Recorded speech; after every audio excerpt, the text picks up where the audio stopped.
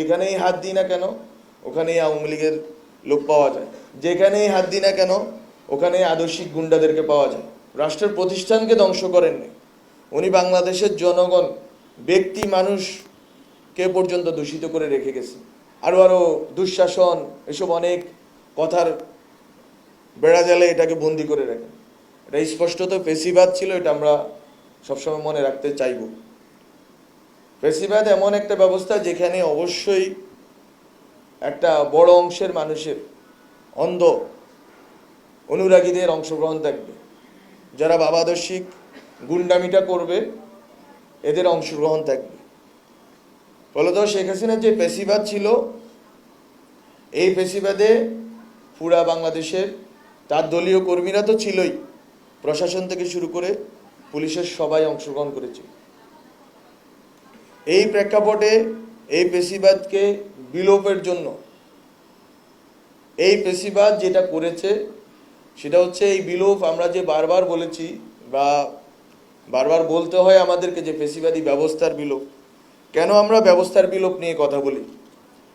কারণ এই ব্যবস্থা শুধুমাত্র প্রশাসন যন্ত্রে ছিল না, শুধুমাত্র পুলিশ, বিজিবি, সেনাবাহিনী বিভিন্ন অংশে ছিল না, বরং এই ব্যবস্থা ছিল 25 বছরের ওয়ারেন্টিযুক্ত দীর্ঘস্থায়ী দরজা প্রোটেক্টর, আধুনিক ও মজবুত দরজা।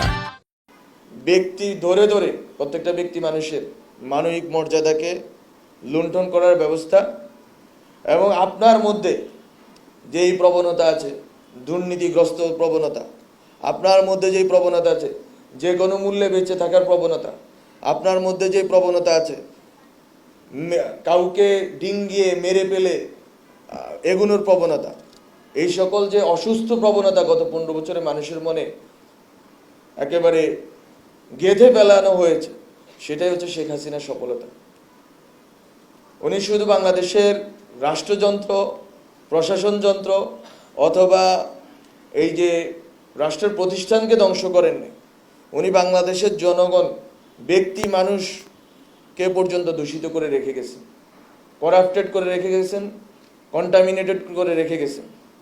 ফলত এই জাতিকে উদ্ধারের প্রকল্প একটা বড় সড়ো প্রকল্প, এটা শুধু নির্বাচন সংস্কার বা কয়েকটা প্রতিষ্ঠানের সংস্কার দিয়ে হবে না, বরং এই জাতিকে যদি আবার জেগে উঠতে হয়, তরুণরা যেভাবে জেগে উঠেছে, এই তরুণদেরকেই তো শেখ হাসিনা তার আদর্শিক যেই পাঠশালায় ভর্তি করতে চেয়েছিল, পাঠশালায় ভর্তি করে তাদের মাথা ব্রেইন ওয়াশ করে শেখ মুজিবের বন্দনা, শেখ হাসিনার বন্দনা, এসবের মধ্যে দিয়ে একটা প্রজন্ম, কয়েকটা প্রজন্মকে তৈরি করে 2041 সাল পর্যন্ত ক্ষমতা স্থায়ী করা তাদের পরিকল্পনা ছিল।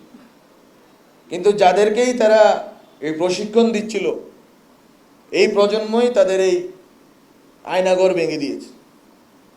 এই প্রজন্ম তাদের সেই দম্ভ, সেই এক পরিবার এক দল কেন্দ্রিক যে বাংলাদেশ, সেই প্রকল্প ভেঙে দিয়েছে।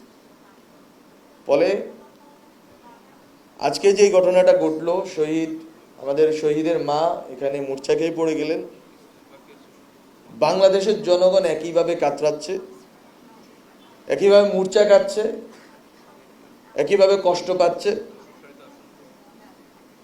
আমাদের সবার দায়িত্ব হচ্ছে এই আমাদের ভেতরকার যে ক্ষোভ আছে, যেই দুঃখ আছে, যেই ঘৃণা আছে এবং আমাদের মধ্যে যে কষ্ট আছে, এগুলোকে একটা ইতিবাচক দিকে ঠেলে দেওয়া এবং আমাদের ব্যক্তি মানুষ এবং প্রতিষ্ঠানের ভেতরে ফেসিবাদের যে চেতনা, ফেসিবাদের যে অবশিষ্ট রয়ে গেছে, এগুলোকে উৎখাত করা আমাদের জন্য খুবই খুবই জরুরি। আমরা একটা অভ্যুত্থান পর্ব পার করে এসেছি। অভ্যুত্থান হয়তো বিপ্লবে রূপান্তরিত হয় নাই, সামগ্রিক সামষ্টিক রূপান্তর ঘটে নাই, কিন্তু আমরা সে অভ্যুত্থান পর্বের ভিতরেই আছি। অভ্যুত্থান পর্বে আমাদের ব্যক্তি মানুষকে পার্গেটরির ভিতর দিয়ে যেতে হবে। শেখ হাসিনা যেই মানুষটা তৈরি করতে চেয়েছেন, তরুণরা তাদের রক্ত দিয়ে, তাদের মাঠে লড়াইয়ের ভিতর দিয়ে সেই তাদের যেই দূষণ, তাদের যে আত্মার ভিতরে যে দূষণ শেখ হাসিনা তৈরি করেছিলেন, শেখ মুজিব শেখ হাসিনার মানে চেতনাকে ইনস্টল করে সেই দূষণ থেকে আমাদের তরুণ সমাজ মুক্ত হয়েছে। এই দূষণ থেকে বাংলাদেশের 18 কোটি জনগোষ্ঠীকেই এই দূষণ থেকে মুক্ত হতে হবে। যেখানে শেখ মুজিবের ভুল থেকে শিক্ষা গ্রহণ করে শেখ হাসিনা একটা গোছানো উপরে যেই ফিটপাট ভিতরে সদরঘাট বলে একটা কথা আছে, এই পুরা সিস্টেমটা উনি এমনভাবে বানিয়েছেন যে এই সিস্টেমে এখন আমরা যেখানেই হাত দিই না কেন ওখানেই আওয়ামী লীগের লোক পাওয়া যায়, যেখানেই হাত দিই না কেন ওখানে আদর্শিক গুন্ডাদেরকে পাওয়া যায়, যেখানেই হাত দিই না কেন আমরা ওখানে নিপীড়ক সত্তাকে পাই। আমরা অনেকেই ভুল করি যে শেখ হাসিনার আমলকে আমরা বলি অনেক